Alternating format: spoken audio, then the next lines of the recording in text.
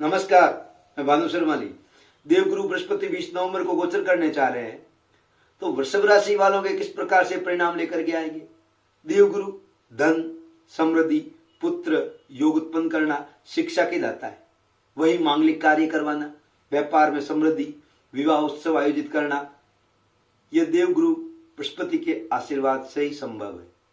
यह देवताओं की गुरु देवगुरु बृहस्पति को पीली वस्तुएं बेहद ही प्रिय है। देवगुरु बृहस्पति शिक्षा और धर्म के अवतार है। देवगुरु अन्य सभी ग्रहों में बड़े हैं, इसलिए गुरु कहलाए।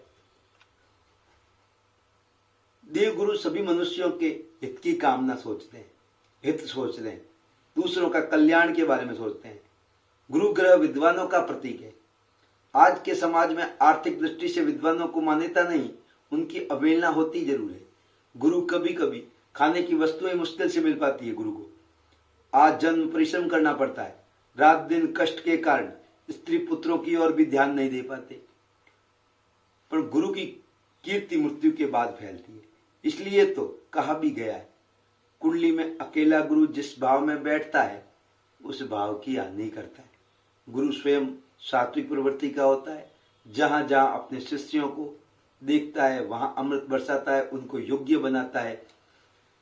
गुरु के पास धन नहीं होता, वह स्वयं शत्रुओं पर विजय नहीं पा पाता, लेकिन अपने शिष्यों को इस काबिल अवश्य बनाता है।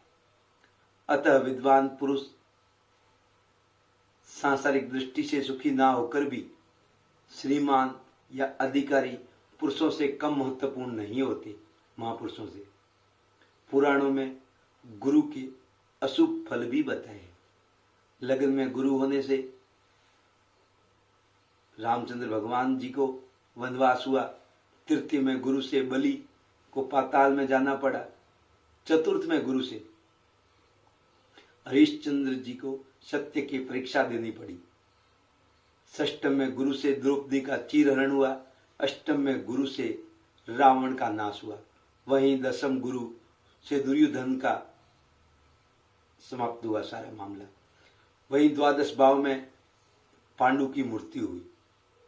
जन्म लग्ने गुरुश्चैव रामचंद्रो वने गतः, तृतीये बलि पाताले चतुर्थे हरिश्चंद्रयो, षष्ठे द्रौपदी हरणम च हंति रावण, अष्टमे दशमे दुर्योधनम, हंति द्वादशे पांडु वनागतम। इस प्रकार से परिणाम प्राप्त हुए। ये शास्त्र में प्रमाण है।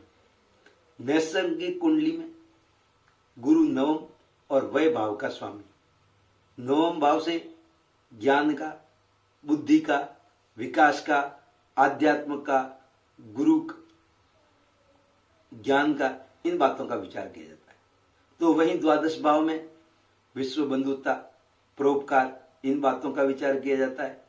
वो खर्च किस क्षेत्र में करेगा, शुभ में खर्च होगा कि नहीं, इस बातों का विचार किया जाता है। कुंडली में गुरु की स्थिति अच्छी नहीं है तो वह व्यक्ति फिजूल अभिमान करने वाला होता है, खुद की प्रशंसा करने वाला होता है, खुद को समझदार समझता है। उनकी शिक्षा अधूरी रहती है किंतु खुद को विद्वान समझता है। सामान्यतः मेष, मिथुन, सिंह, धनु और मीन राशि में गुरु का उत्तम फल मिलता है।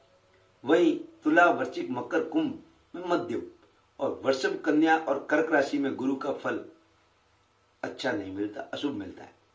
देवगुरु बृहस्पति धनु और मीन राशि के स्वामी। कर्क राशि में उच्च के हो जाते हैं, वही मकर में नीच के होते हैं। देवगुरु बृहस्पति को प्रसन्न करना हो तो माता पिता, बड़ों का, साधु संतों का सम्मान करना चाहिए।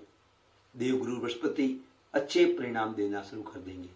वृषभ राशि वालों पर किस प्रकार से परिणाम प्राप्त होंगे। एक पत्रिका में देवगुरु बृहस्पति 6 स्थानों को प्रभावित करता है अकेला। देवगुरु बृहस्पति वृषभ राशि वालों के लिए अष्टम और एकादश भाव के स्वामी होकर के भाग्य भवन में विराजमान होंगे और वहां से आपके लगन को पंचम दृष्टि से, पूर्ण दृष्टि से देखेंगे। तो वहां अमृत बरसाएंगे। गुरु की दृष्टि में अमृत है, सौम्यता है, अच्छाइयां हैं। तो लगन का कौन कौन बातों से विचार किया जाता है?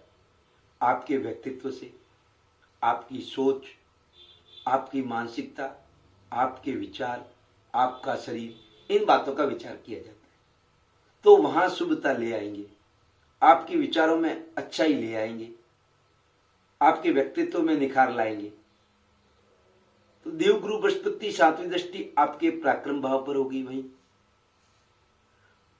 तो अपने कार्य क्षेत्र पर दृष्टि होने से आपके कार्यों में सफलताएं प्राप्त होगी। वहीं आपकी मानसिकता के चलने वाले, मानसिकता में जो भी चल रहा है प्रोजेक्ट, वे सफल हो जाएंगे। देवगुरु बृहस्पति की 9वीं दृष्टि संतान भाव, ज्ञान भाव पर होगी, जिससे जो संतान के सुख की इच्छा रखने वाले हैं, संतान प्राप्त होगी। जिसकी संतान शिक्षा अध्ययन में लगी हुई है, शिक्षा में सफलताएं मिलेगी। या फिर आप अवस्था में हैं तो आपके पुत्र के या पुत्री के पुत्र की प्राप्ति होगी। आप दादाजी बनेंगे, नानाजी बनेंगे। ज्ञान भाव में होने से बुद्धि आपका पूर्ण साथ देगी। गुरु मानसिक उन्नति कराएगा। इस समय प्रवास होने की संभावना भी रहेगी। धार्मिक क्षेत्र में यात्राएं हो सकती है, अकस्मात लाभ हो सकता है। इस समय आर्थिक और पुण्य के कार्य उदित होंगे।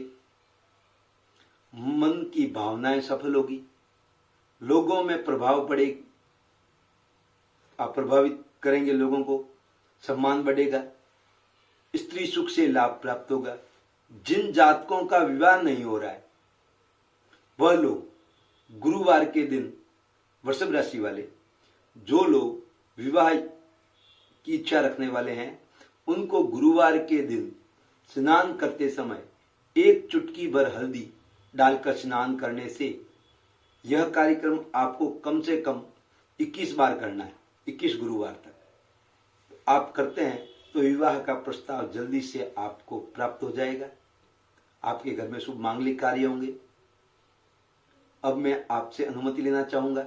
आपने हमारा ये कार्यक्रम ध्यान से सुनी मेरी बात को, इसलिए आपका आभार, नमस्कार, आशीर्वाद।